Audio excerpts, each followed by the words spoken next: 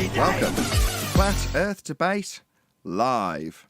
I'm your host, Nathan Oakley, and if you are new to this channel, or you've not done so already, how dare you, then be sure to subscribe, hit the bell notification icon, and join button if you'd like to become a Nathan Oakley 1980 channel member and keep up to date with the Flat Earth Debate.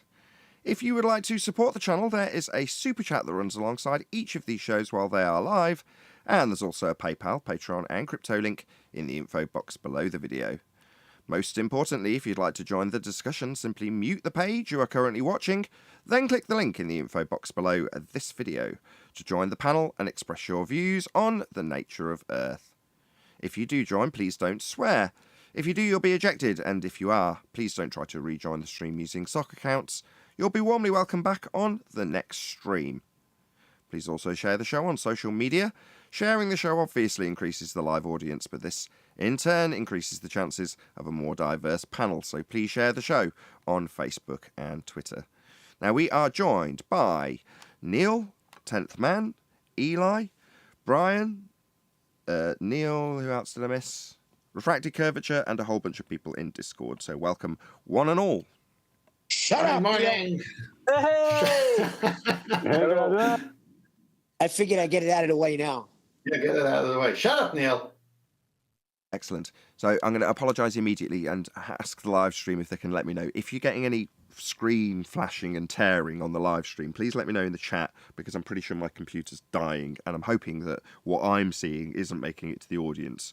If it's epilepsy-inducing for me, that's kind of okay. But if it's epilepsy-inducing for you, that's going to scare you away from my show. So I need to know if that's the case. If everything's all good, if you can just let me know in the chat, that'd be really appreciated. Hopefully everything's all well and no flashes are coming through to you in the audience. Anyway, let's move away from admin. Any evidence of a physical geometric sphere-edge horizon formerly known as the curve of the Earth? If the Earth was curved, we couldn't acquire elevation angles. They still claim the horizon is geometric. They're still claiming this. Even though they're claiming the horizon's physical obstruction capable of measurement. We debunked that in 2020. Well, no, they're still claiming that there is a geometric horizon, but what blocks buildings and boats in the distance is a refracted horizon. They're still claiming that. Who's they? Oh, Rue, Hiff, every one of them. Are claiming that there's a refracted horizon blocking boats. According to the begging the question proof of nothing perspective hijacking Earth curve calculator, there is a physical geometric limitation to our view, claimed to be geometric Earth curve edge obstructions. That's what it's calculated as. Now, Ruhif was amongst those who debated us, 5 years ago, about this very thing. And he himself claimed a physical limitation to our view based on the geometry and called it Earth curve. Meanwhile, we only have one horizon. And as stated, the horizon in their begging the question proof of nothing perspective hijacking Earth curve calculator is geometric. It's marked with an X, labelled horizon, and claimed to block boats and buildings. The fact that they now tell us that the horizon is in fact refracted simply means that it is no longer geometric by definition. If it's refracted, it is not geometric. And their claim is that the horizon's geometric and getting in the way. Refraction, geometry it is not.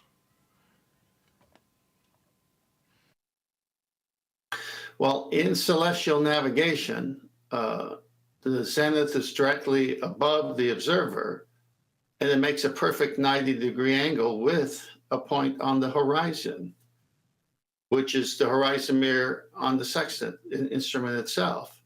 So for them to say boats are going over a curve destroys this 90.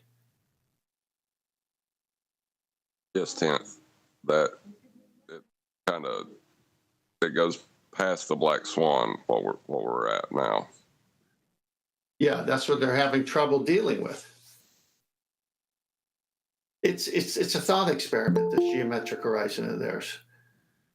Their subject matter expert, Andrew Thomas Young, gives two numbers for it. He gives the 1.2 number without atmosphere, and he gives a 1.32 number with atmosphere.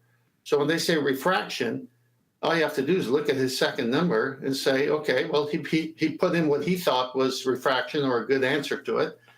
And doggone, black swan shows well over 10 miles. It's a thought experiment. It doesn't exist.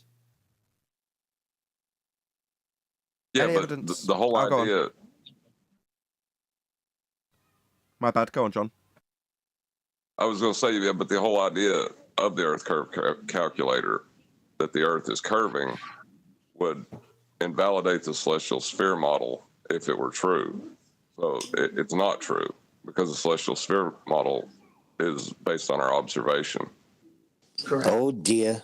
That reminds me, as it's a Friday and we're live, I don't normally mention the day, but I am actually going to release a video over the weekend that specifically details that. I've just forgotten what the hell I called it. Oh, Jackanory. So, again, another video that I put a fair bit of effort in editing will be released over the weekend at some point, either Saturday or Sunday. So, for those of you watching live, if you're watching this after the fact, it might already be Saturday or Sunday, but either way, Jackanory, it's called Jackanory Globe, and it's actually you and I, John, mostly, discussing Eratosthenes and Al-Biruni in terms of how they are now our hostile witnesses to demonstrate what we're discussing right now, the violation of the celestial sphere model by way of acquiring an elevation angle and then bending the line that you've just measured as straight. Yeah, Nathan, that are you model, manipulating time? No. that model requires a flat plane. But it's to get any angle requires a flat plane, and that's the positive claim.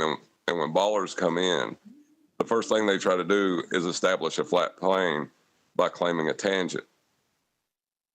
You know, argument's done. John, you need to explain that, because people in chat, they're not getting why you say when you say that you needed a flat plane first to get the sphere model in the first place. Well, do you mind if I ask Brian to explain that? Yeah. Oh, no, he's the one that come up with the dual radii. Yeah, well, it's the globe model needs to match what we see in the sky. So what they did is they took elevation angles to Polaris, and they then mathematically using basically the celestial sphere model, created a dual radii for a globe Earth. And that radii can never change at all, because if there's any changes whatsoever in that radii, it won't match what we see in the sky. That's where it comes from. So it's flat Earth elevation angles to Polaris. It's where both radii comes from. Back engineered. You got it, chat? Very easy. Speaking of chat, please share the show. Smash that share button.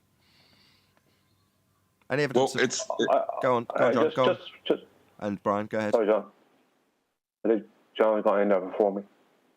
Yeah, I was just going to say that if you look at the celestial sphere model, you can see the flat plane they're utilizing.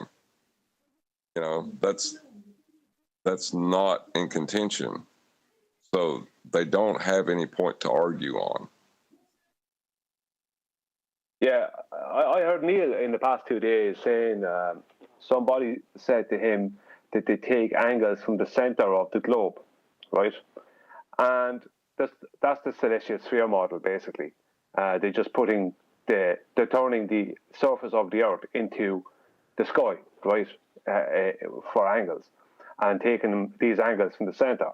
Now, besides the fact that they're using a horizontal plane to the center of the globe, what the guy did when he answered that question to you, Neil, I can't remember who it was, but you said it this week. He actually tried to trick you, because what he failed to mention was the original tangent plane that he needed to create the original angle in the first place from the surface of Earth, before he could even bring it down to the second horizontal plane at the center of the globe, which is actually just the celestial sphere model. So that's where they're at now, where they try to bring it straight to the center and argue about angles from the center, and completely ignore, deny, and avoid the original step, which is tangent plane. That's the first thing they need. Without that, it's all over.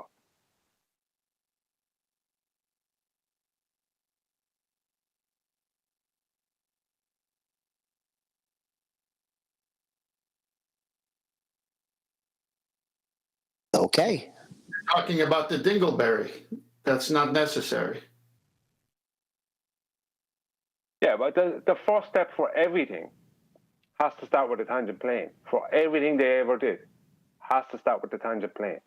Even refraction had to start with a tangent plane. Everything started with that. And that can be any size they need it to be. Well, we got a problem there on their side then when they say everything's refracted. How'd they ever get that tangent plane?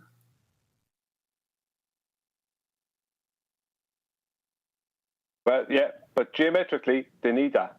First things first, they need that before anything else. So they require a flat horizontal surface of any size necessary, whether it be 2 miles or 2,000 miles. They require it before they can go any further. Cyrus is saying in chat to Sleeping Warrior, in that case, you can get angles outside of Euclidean geometry. Can't. He doesn't understand what even spherical geometry is. He doesn't understand it. Spherical geometry can't exist without the use of Euclidean. Spherical geometry is Euclidean geometry, just used at the center of a sphere. We move on. Sure.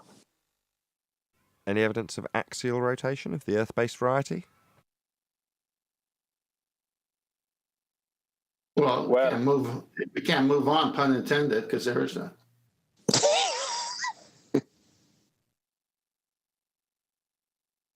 Well, there's the ring laser gyro, but that proves ether now, not Earth rotation. So, no. That doesn't prove ether either. It doesn't prove anything other than one laser beam goes around a circle a little bit longer than the other one. That's all it proves. Why does that happen? Oh, okay, sorry. Go on, whoever that was. I asked why that happens. Why, what happened? The laser goes around the circle a little longer. Because it has a slightly longer distance to travel. Okay. Were you here in the pre-show, Extremis? No, I just got here about 10 minutes ago. No, that's fair enough. So, in the pre-show, what we were discussing was... The reason you've asked that question is because presumably you feel that there may be some validity in this gizmo to offer some explanation for something? No, I mean, it's something we see. I was wondering what the explanation was. I didn't say it was valid. I'm just curious what. Isn't that the point of a hypothesis? Okay, but we're explaining what happens within a man-made gizmo, though, aren't we? We are, yes. Okay, so in terms of what we cover here, physical and natural world, how valid do you feel that figuring out how a man-made gizmo does some man-made gizmo stuff, how valid is that to the physical and natural world that we experience, would you say? I mean, it's comprised of light and electromagnetic radiation. That's part of the physical and natural world. We're manipulating it, obviously, but it's still part of the natural world in that it uses a laser, light. Yeah, but you're not studying light or laser light as a phenomena. So in an experiment, you have a naturally occurring phenomena that you want to know the cause of. So if you're going to say, okay, well, light is a phenomena, okay, but is this apparatus designed to figure out the cause of light? Just say no. No. So when you extrapolate out beyond the gizmo and what it's doing, the man-made gizmo and the effect the man-made gizmo you're asking the question about is concerned, it doesn't actually in any way relate to the physical and natural world in terms of figuring out how that behaves and how that operates. It's just a man-made gizmo. Might have some natural elements in it, and man is natural, so they made it, right? No, it's still not a natural phenomena, so, I don't care. It's just a gizmo. Who cares why it does it? Same with gyros drifting. Your gyro drifts. All right. One of the principles of a gyro is that it doesn't drift. So you got a shit gyro. No, what causes it? I don't care. Causes what? Your gyro to drift? That's a gyro drifting. No, it's actually Earth. No, it isn't. It's a gyro drifting. No, it's actually Ether. No, it isn't. It's just a gyro drifting. It shouldn't. One of the principles of a gyro is that it doesn't do that. You're saying it does? Well, you haven't got a very good gyro then, have you? Because it shouldn't be doing that. It should be fixed in its own space, in its own reference frame, just spinning. Shit happens around it, don't matter to it. It just carries on spinning. That's a gyroscope, right? Yours doesn't do that. Yeah, shit gyro. No, it doesn't do it because Earth turn / ether spin. No. What I'd need to validate that scientifically is to first observe Earth turn or ether spin, and then see if I can figure out the cause of that. That's dealing with the natural world we experience, rather than the man-made gizmos that we create and then start asking questions about how they work and how they operate. That's right, you can't isolate it. Gyros precess only due to not being spun up to the correct RPMs. That's the only times they precess. Whether it be within gyro compass or anything, they only precess when they're not spun up to the correct RPMs. That's when they precess. There's a lot of claims out there, but sorry. Go ahead. You're kind of breaking up there. Sorry, I was going to ask how you determine the correct RPM. How is that determined? Sorry, because we're very fascinated in figuring out gyro technology on this show, aren't we? That's the main purpose of what we debate here, isn't it? Gyro technology? No, this isn't a technological-based debate. I just explained a minute ago. You're on the wrong forum. Yeah, you want to figure out how the technology of gyroscopes operates, and that's not a natural phenomenon. I mean, I really don't care. It's not what we deal with here. Second time. Yeah. Well, look, my information comes from a naval captain, an Indian naval captain.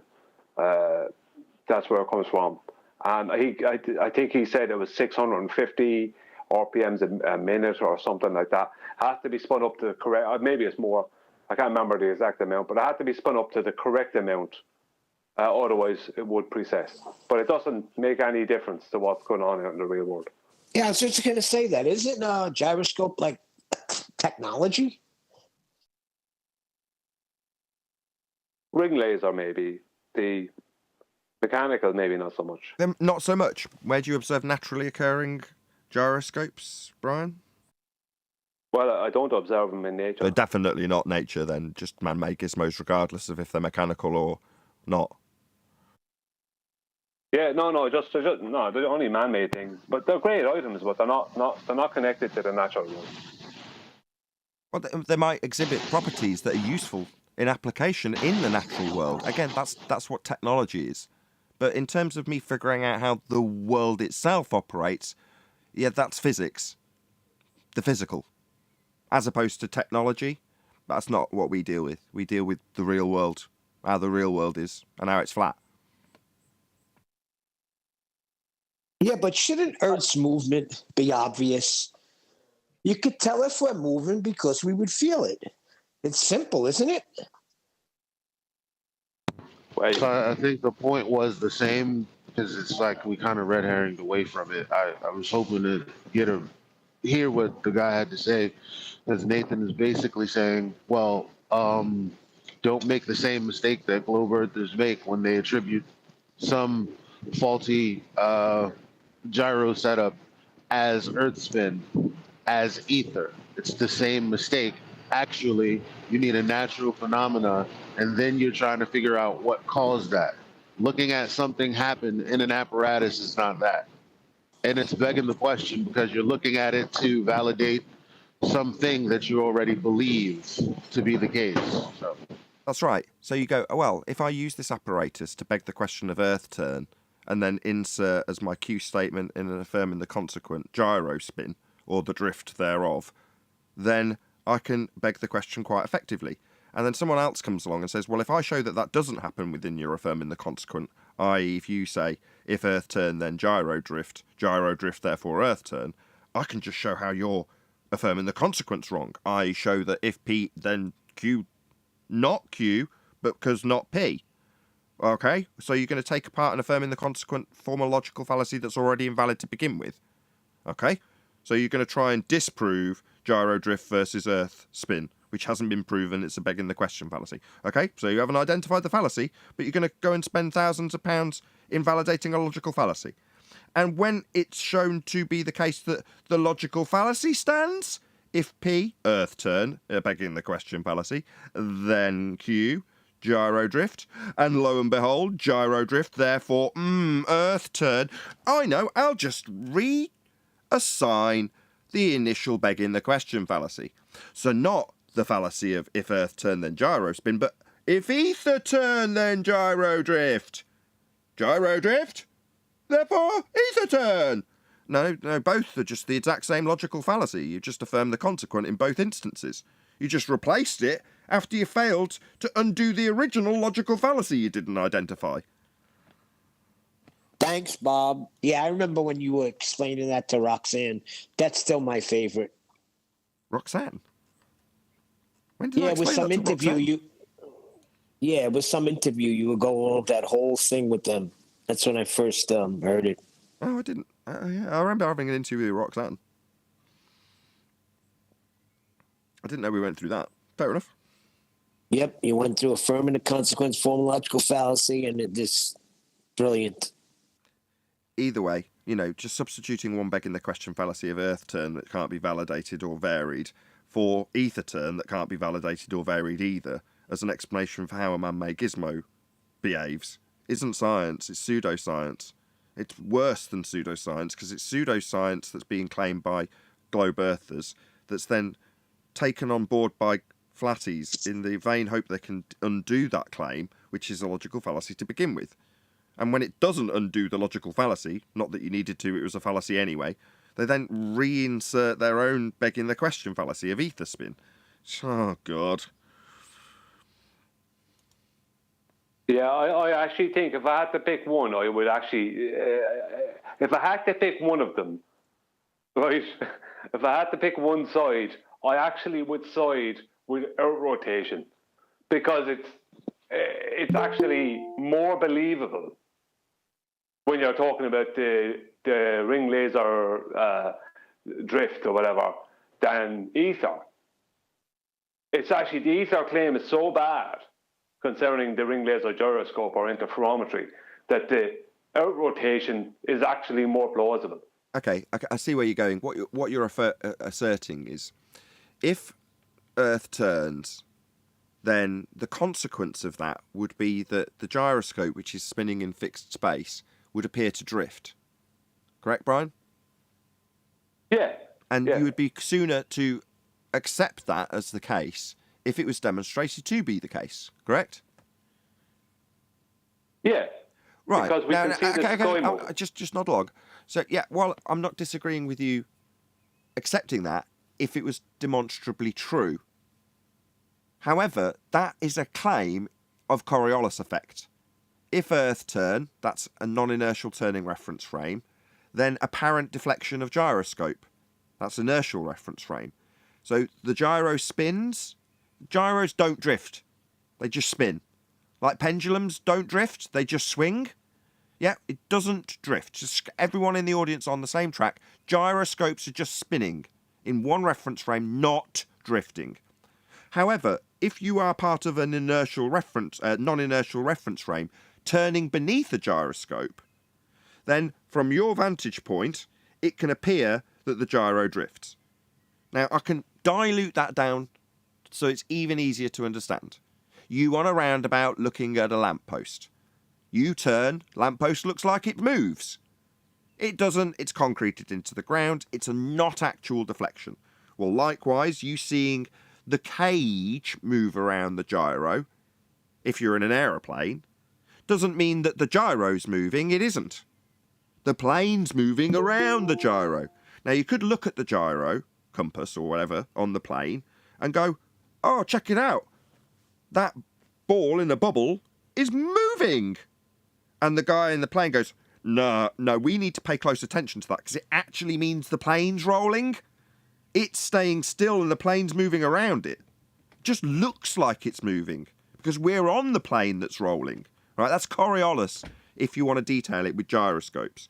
Something moves and then the thing you're observing looks like it moves. So gyroscope looks like it drifts at 15 degrees an hour because Earth would be turning underneath it in the claim. Again, that means we've got Coriolis effect then. That means we've got 2 reference frames then. That means that for that to occur, Charlotte, North Carolina to Los Angeles would only take an hour and a half because Earth's turning underneath as a non-inertial turning reference frame. In other words, we'd have to actually have Coriolis effect for that to be true. Okay, I'm sorry, Brian, that was a long rant. Yeah, no, it's good. My point being is that if I had dropped my standard of evidence, right, like you were asked to yesterday, if I had dropped my standard of evidence, then the ring laser gyro, right, would then be more proof for me at that point that the Earth is rotating than Aether, because I can see the stars moving. So that to me could mean I'm actually moving. And the Coriolis effect is a real thing, even if my version of the Coriolis effect is only globiolis. You know, there's actually more solid, if you want to call it, pseudo evidence for Earth rotation, if I am to take that standard of evidence of the ring laser gyro, than there is for Aether. Fair enough. It's the Tim Osmond standards of illogical fallacies better than nothing. Yeah. Well, how do you quantify rotation with outer radius value? Any evidence of the Earth radius, R value?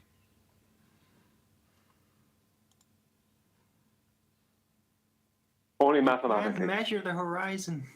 No, mathematically, that violates the celestial sphere model, Brian. At best, what we've done is disprove the radius. So, thanks. Good morning, guys. Hey, Chocolate. Hey, Chocolate. Mathematically violates the celestial sphere model. Yes. How does it violate that? The acquisition of the R value would take a curve to an angle measurement. Well, that's contradiction in terms. It violates the celestial sphere model.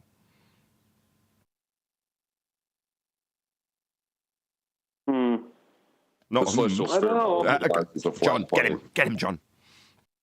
Yeah, it's No, mathematical. It's not actual. No, well, yeah, but it's still it's got to make sense. Otherwise, it's just gibberish, right? You're using a convention to convey an idea that's in terms of mathematics. Well, the celestial sphere model requires a flat plane. You can't assert a radius to that flat plane and it still be a flat plane. Exactly. Yeah, but the question is there any evidence of the R value? And I said only mathematically. That's like the guy yesterday when he's saying, well, I can prove evidence of unicorns just by Googling unicorns. You can show the existence that there is an R value in use or described, but we're literally describing and asking for an R value to the Earth we stand on. Not, is there an R value that you could describe to a globe model? No. Is Earth, the one beneath your feet, conducive with the idea of having a radius value? And the answer to that is no, it violates the celestial sphere model. Yeah, that's correct. I agree. You need a flat Earth for your globe model. For your R value, you need a flat Earth for that too. However, when you start asserting it, you're actually in violation of the original measurement that got you there. So you can't have a globe. I mean, it's not that we're debunking it or trying to show how it doesn't work. You can't have it, in literal terms. It violates the celestial sphere it's based on. If you want to get an altitude to assert a geometric horizon, you're going to need a flat plane for that first, too.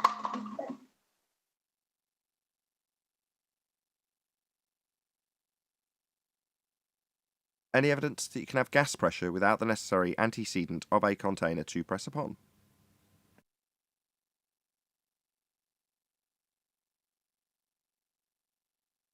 How would that work?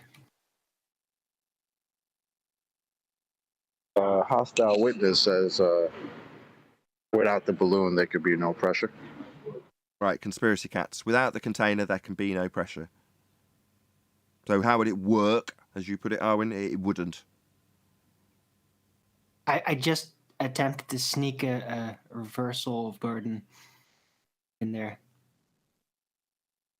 You know, if we can't figure out how, then how would that work, Flat Earther? Tell us. Yeah, How would gas glad you pressure said work it. without a container? Yeah, so yes, good illustration, but you first have to beg the question. So normally that process, just for Baldwin reference, future reference for Baldwin, before you get there, you've got to point to the sky and assume it is a vacuum anyway. So if we can't figure out how that would work, the would has got to be ascribed to my presupposition begging the question fallacy that the sky is a vacuum. So if the sky is a vacuum, well then how would you make that work with the gas not dispersing into my fundamentalist presupposition that I've just made by pointing at the sky and suggesting it's a vacuum in violation of natural law? Make sense, Arwen? You've got to point at the sky and say it's a vacuum first to do that. Well, I was basically inferring it by the question in itself. Well, if you completely ignore the physics fact that you need a container for pressure, temperature, and vacuum, then if you ignore that completely, then you can start making up a lot of nonsense. But there's another route to do it, though, you know? I mean, if you simply deny the natural function of gas pressure and classify it as a liquid to ignore that part, then suddenly there is no more containment problem, right? But even within that structural train of thinking, I don't think a lot of globers are actually aware that that is what is happening within the model. Well, you have to deny more than the container needed for pressure, temperature, and vacuum. You also need to deny that gas cycles are a real thing, because a gas cycle could never happen under their conditions. Well, it would be a fluid cycle instead. But if it's a fluid and you can just think of it as a liquid because of that, then suddenly you can attribute a downward universal vector, and then there is no more containment problem because there wouldn't need to be a container. Well, there wouldn't be a cycle, there'd be a process. The process would be, if possible, gas will be produced from the earth and then just immediately head off out into the vacuum. That would be the only process. But that's if you don't ignore gas as a thing. Ignore the presupposition that gas has already developed gas pressure beyond what Brian refuted you with. This seems to be premised on the fact of gas not exhibiting gas behaviour. Yeah, if I ignore the second law of thermodynamics and standard gas law and assume that the sky is a vacuum, how would you explain why it's not dispersing into it? What the hell? Exactly, Adam. Let's just ignore how gas behaves. Excuse me, we just wouldn't expect gas. I'm not. We wouldn't expect gas to act like gas. Why would you expect that? No, I'm not telling you guys to do it. It's not like, oh, this is the new political stance. I'm just trying to clarify that is how I think the original model was put together. It wasn't a problem because they would simply reclassify gas as something where it would not be so egregious a necessity for a container to be there physically anymore within their model. Well, I think this is the problem with entertaining and begging the question fallacy in the first place, because I mean, we point it out, but then we start talking about things that are relevant instead of, because I mean, talking about things that are relevant is fine, but it kind of deludes the point that it was a begging the question fallacy, therefore there's nothing to talk about if this is all you have. So now we say something that's relevant, they say something that's either is relevant or isn't relevant. They might even take on our claim while claiming that they never denied it. And it's all this conversation around what should simply be understood. Hey, that was a begging the question fallacy. This is why people keep doing it. Flat earthers included, everyone included. Well, yeah, a lot of people included, okay? Instead of just saying, you know what, this is begging the question. Yeah, but wait, no, it's begging the question.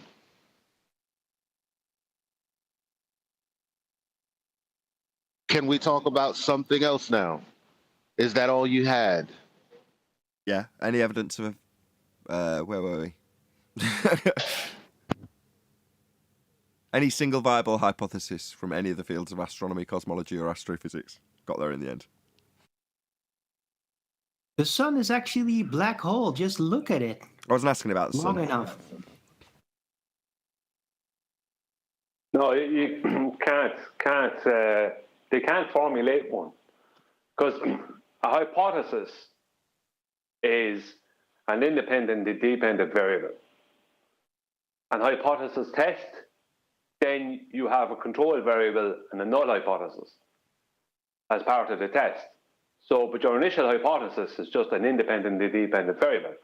They have dependent variables, but they can't ever go past that, because what's their independent variable going to be? They can never bring it to the point of ever testing anything. So they can only state a dependent variable. So they only ever have half a hypothesis. That's the best they'll ever do. Half a scientific hypothesis. So no science. I could attempt a really haphazard one that is actually about an independent variable, but it's still conjured within the medium, though. So They're firmly consequent, though. About They'll the sun, say that for example? the sunrise and sunset is proof of it. Now, how about sun weight? Right? The sun is really big and it's really heavy, and that proves gravity, or is rather assumed.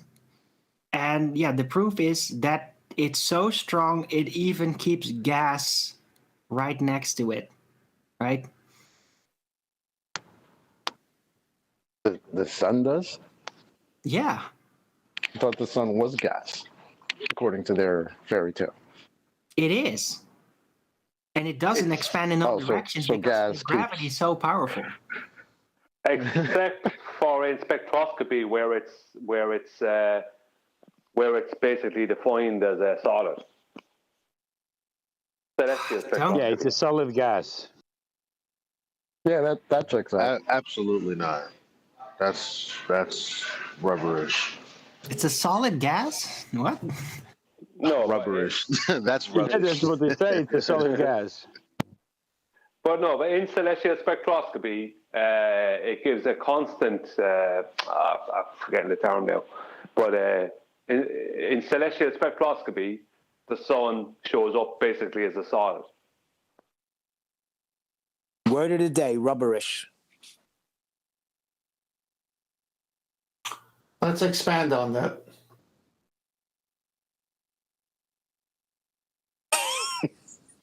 Expound or expand? You mean the gas? Either one, Neil. They're both a stretch. Well, maybe the gas is expanding in all directions, but at the same time, it's also being pulled in by gravity because of the black hole right there in the sun that you get to see if you stare at it. So that the gas is trying to rush away from the sun with, the gas pressure expansion. But the gravity is just so powerful, just like light. It just keeps it trapped How in can a it be perpetual pulled in? attempt to What's rush gravity? away. How can it be pulled in by gravity when gravity's not a force? I said, what's gravity? Let's beg even another Force, question. What makes it the whole? Well, maybe the space itself is literally accelerating towards the sun to counteract the gas pressure attempting to move away within the available volume. Did you say maybe? Probably. Maybe it's not maybe? science. I'm sorry, we're talking about the heliocentric sun, right? Maybe? Is that how you determine things? Maybe? Well, you didn't approve of the mass attracting mass force gravity. So I thought, okay, I'll give it a little space-time bend instead. And say, well, maybe the space is literally rushing towards the black hole center of the sun. And that's what preventing the gas from expanding in all directions and escaping. Why do you say I didn't approve when it's their side that says it's not a force? You brought it up.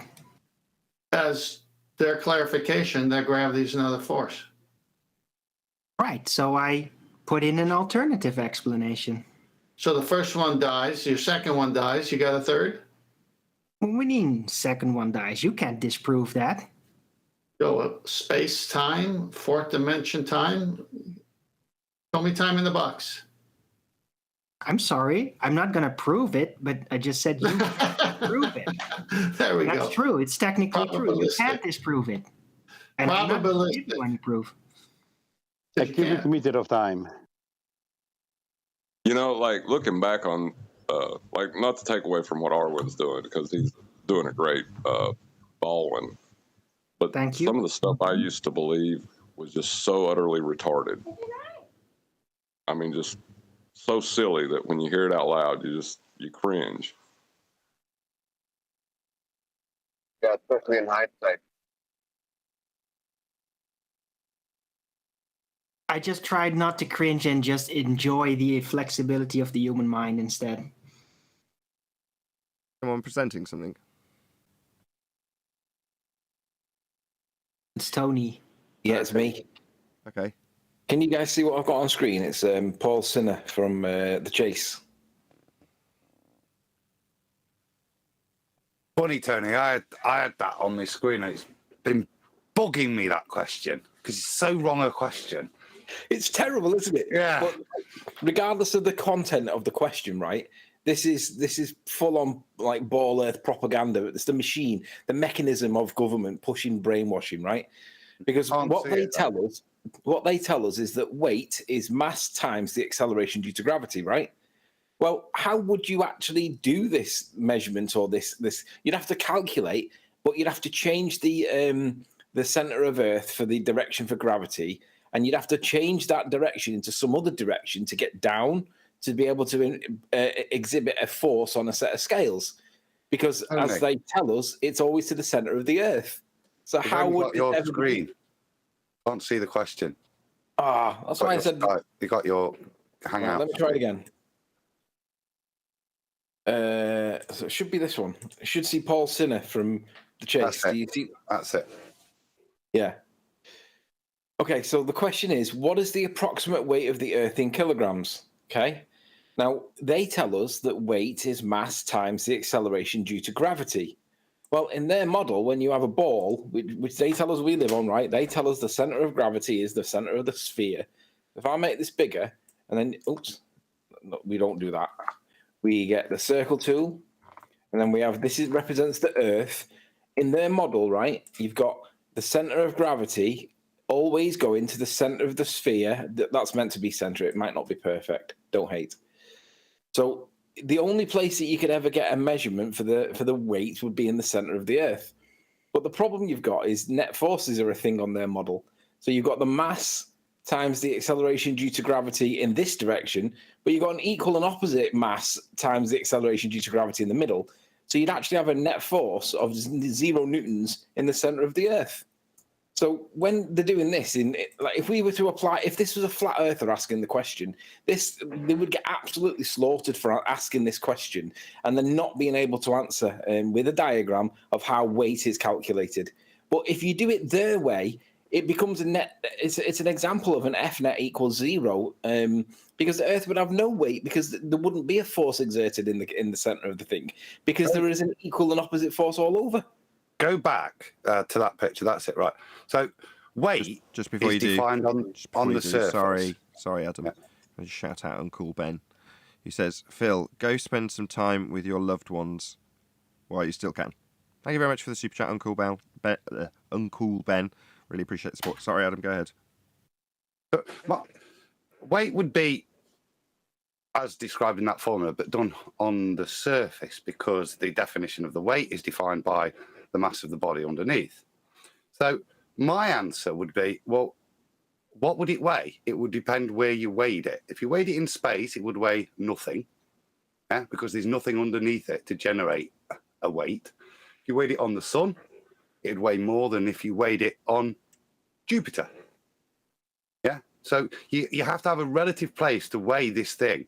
And then, therefore, the weight is defined. In the case of what weight is on a ball Earth, it's defined by the ball Earth. Therefore, the Earth's weight would be defined by what body you're measuring the Earth on. So it'd have to be a bigger body. So Jupiter would weigh less than the sun, and so on. Yeah, I wonder, like, they must ascribe a direction in space, because they always say that there is no directions in space. It's all 3D space is like there is no direction, so it's always relative to the human, right? Well, to weigh the Earth, the only way they could ever do it would be to calculate the weight of the Earth, right? But you can't calculate the weight of the Earth unless you can actually measure it, because you're actually calculating for something that isn't possible. What is the approximate weight of the Earth in kilograms? What a totally... It's a void question from the start. Now, as it happens, they both got the answer wrong, because you can pluck these numbers from anywhere. They could be any number you want, because it depends on who does the maths. And as we know, maths can be applied to anything. But ultimately, this is a totally void question, right? But it's totally brainwashing the people watching it. It assumes, doesn't it, that part of that weight is made up of a molten iron core. That calculation. Well, how are you going to weigh the directionality in entire space. thing? Like, how are you going to weigh the entire thing, supposedly, when weight is derived from it in itself? That's what I said. You've got to take it to another larger body to enable to put it on scales on that body to generate what would be weight. And on top of that, like upside down. Yeah. You just need to turn the scale upside down. After all, there is no up or down in space. So if you turn the scale upside down, you should be able to weigh it. No, you can't put it in space. If it goes into space, there is no weight. Exactly. So shouldn't the answer be zero? Yeah. Shouldn't the answer be zero? Well, the answer should be zero, or the question should be reformulated to mass. Then you could use your calculations, but then you'd obviously have the question of, well, what is mass? But what this shouldn't be using is the term weight in their paradigm. Yeah.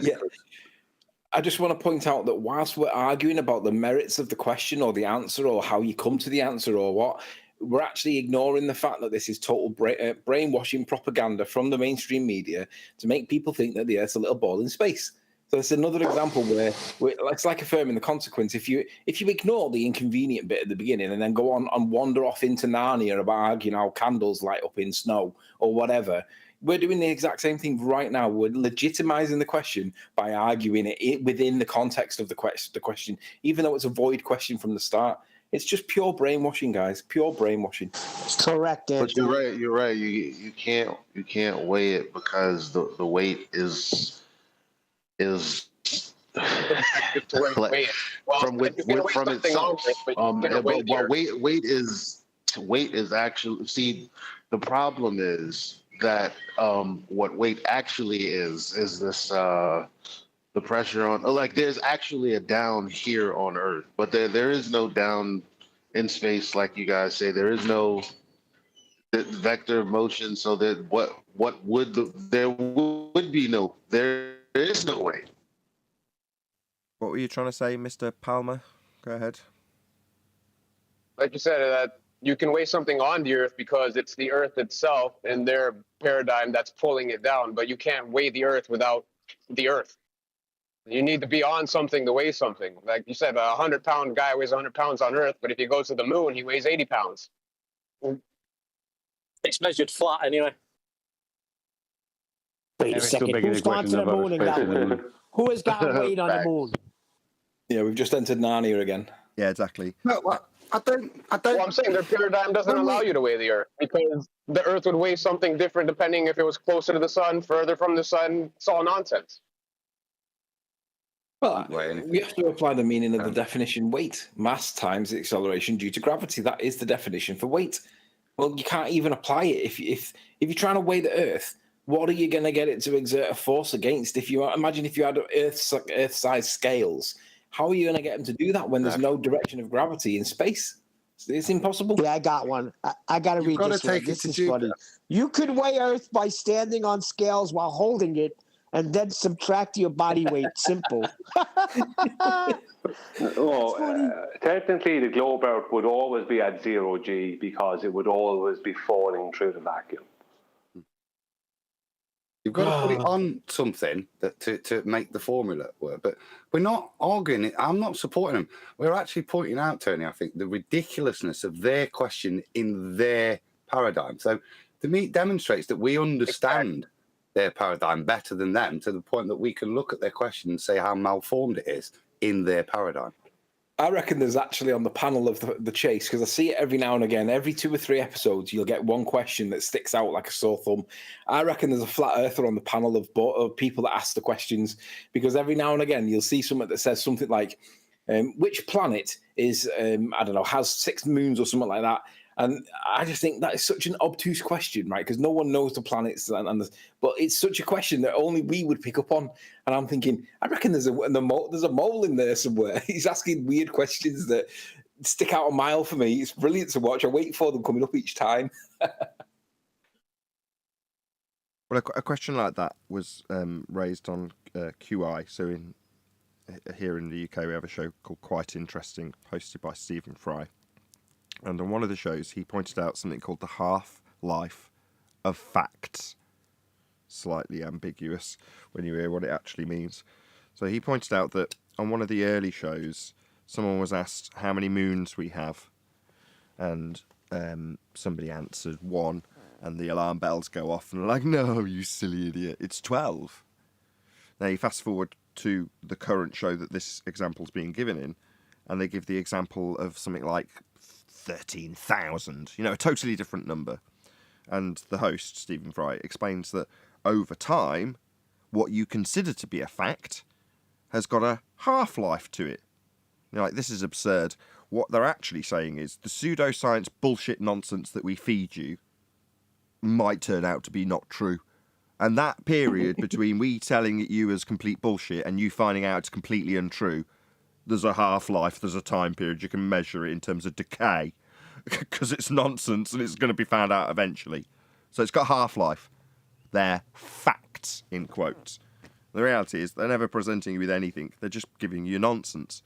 You never qualified it whether it was a fact or not, and in the case of how many moons we have, or how many planets a certain moon has got, or how many moons a certain planet has got, it's like, so we're presupposing sky vacuums, we're presupposing orbital motion, we're presupposing physicality to lights in the sky, and then we're defining how many of what is going to be in all of those presuppositional orbits, and then you're going to ascribe a number to it, which you can later change arbitrarily if you choose to do so.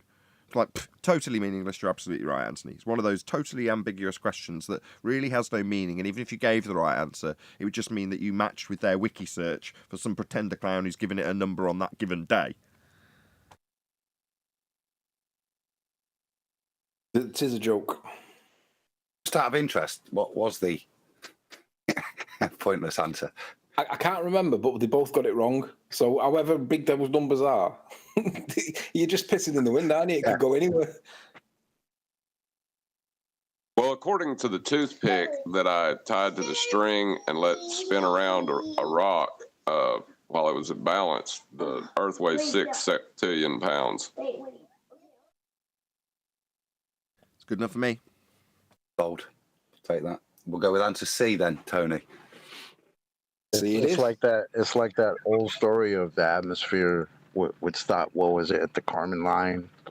62 miles up, and where's the atmosphere stop now? in the new story. Oh, it goes beyond the moon now, only 391,000 miles away. Yeah, beyond the moon.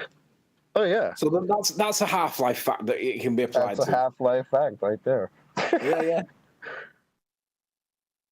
Wonder when that's going to catch up. If they give an answer to, let's just say someone says the Earth weighs whatever, 500 trillion billion tons, whatever, and you say, no, it doesn't, right? Straight away they go, yeah, how do you prove it? Then what do you do? Do you know what I mean? Like, the whole thing is a trick, because as soon as anyone gets involved in that level of nonsense, before you know it, you'll have a burden of proof reversed on you, and you're supposed to prove what weight the Earth is, or prove that they're wrong when they say that the Earth is such and such a weight. Total rubbish. That's like my son. Prove I exist. Give him a slap up the head if he yells. I was just gonna say that's where you slap him across the head. Like, oh, you felt that? If you are a victim of domestic violence, call 1-800-WIFE-BEATER. If he's grown enough to ask a question like that, he's grown enough to catch a slap from daddy. Prove I exist. Oh, God. I may have gotten away with that maybe 4 years ago, but they just tower over me now. Oh, you don't want to get slapped back. Show them the video. I don't think it would affect them. Yeah, that's a good one. Descartes, I think, therefore I am. Yes, that's where he's taking it from. Well, didn't he prove he existed by saying, prove I exist? It's a contradictory statement. The fact that you're asking the question proves the question you're asking. Exactly. Yeah, if he didn't exist, you wouldn't be able to ask the question. Yeah, exactly. Oh, I've been having a back and forth. I've been having a back and forth with McToon on Flatzoid's channel. Flatzoid's put up a community post about geometric calculations based on trig, angles, distances, positions of stars, suns, stuff like that. But he's used straight lines to it, and he's trying to get McToon to respond. And McToon's finally responded, and he's having a back and forth. And I simply asked him, McToon, can you explain to me why it is that you use Euclidean geometry in non-Euclidean space-time? And unless I quantify the difference between them, he doesn't want to answer. But the answer is a syntax error. You can't use Euclidean geometry in non-Euclidean space-time because they're incompatible. You need to use curved angle measuring devices, which don't exist, because actual angles, Euclidean ones, they're totally incompatible. And he won't answer the question. So by asking me to quantify it, he thinks that that's a suitable response to the syntax error that he's got of using incompatible geometry in his geometry. The guy's a complete fool. Is he asking the difference between length, breadth, depth versus length, breadth, depth, and time? Is that what he's asking? Well, I think he's asking me to quantify the difference between the two calculations. So and if I did do that, and if I could do that, he would then say, well, there's very little in it, so they're practically the same. But because as everybody... Just so I'm clear on what he's asking you to do. I just want to get clear on what he's asking you to do. You're saying, and you already pointed that out, yeah, syntax error, they're incompatible. Yeah, I completely agree. But his response is to ask you to qualify, is it juxtapose or qualify or define the difference between Euclidean and non-Euclidean? Is that what he's asking? Yeah. They're completely different dimension. How are you supposed to juxtapose them when they're different dimensions? One, length, breadth, and depth. The other, length, breadth, depth, and conceptions of time, dimension that we don't exist in. How he doesn't think about that. Those? He's only interested in the quanta. He's not interested in the actual error. So when you say that to him, he just goes, show me the difference. I'm waiting for your differences. It's like, dude, you're missing the point. Well, the answer is a fourth dimension in one of them that we don't exist in. That would be space-time. No, that's not. He doesn't accept that. He thinks that's not. Doesn't accept it. That's what it is. Do you mean he doesn't accept it? That's what it is. I agree. He just doesn't understand it. All right. So he's out there claiming gravity and asking you to define it, even though it's his premise and his claim, but he doesn't understand it in the first instance. How shocking. With that, I'll say if you're watching this on either Nathan Oakley 1980 or Nathan Oakley Programming Streams, then stay tuned, as there will be an after show to follow. Unfortunately, if you are watching this live, this is where we bid you farewell.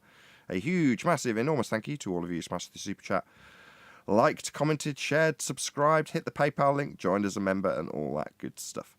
Another massive thank you to today's Discord panel for making today's live show possible. Once again, stay tuned if you're watching on either Premiering Stream. I've been Nathan Oakley, and I will see you all in the next video.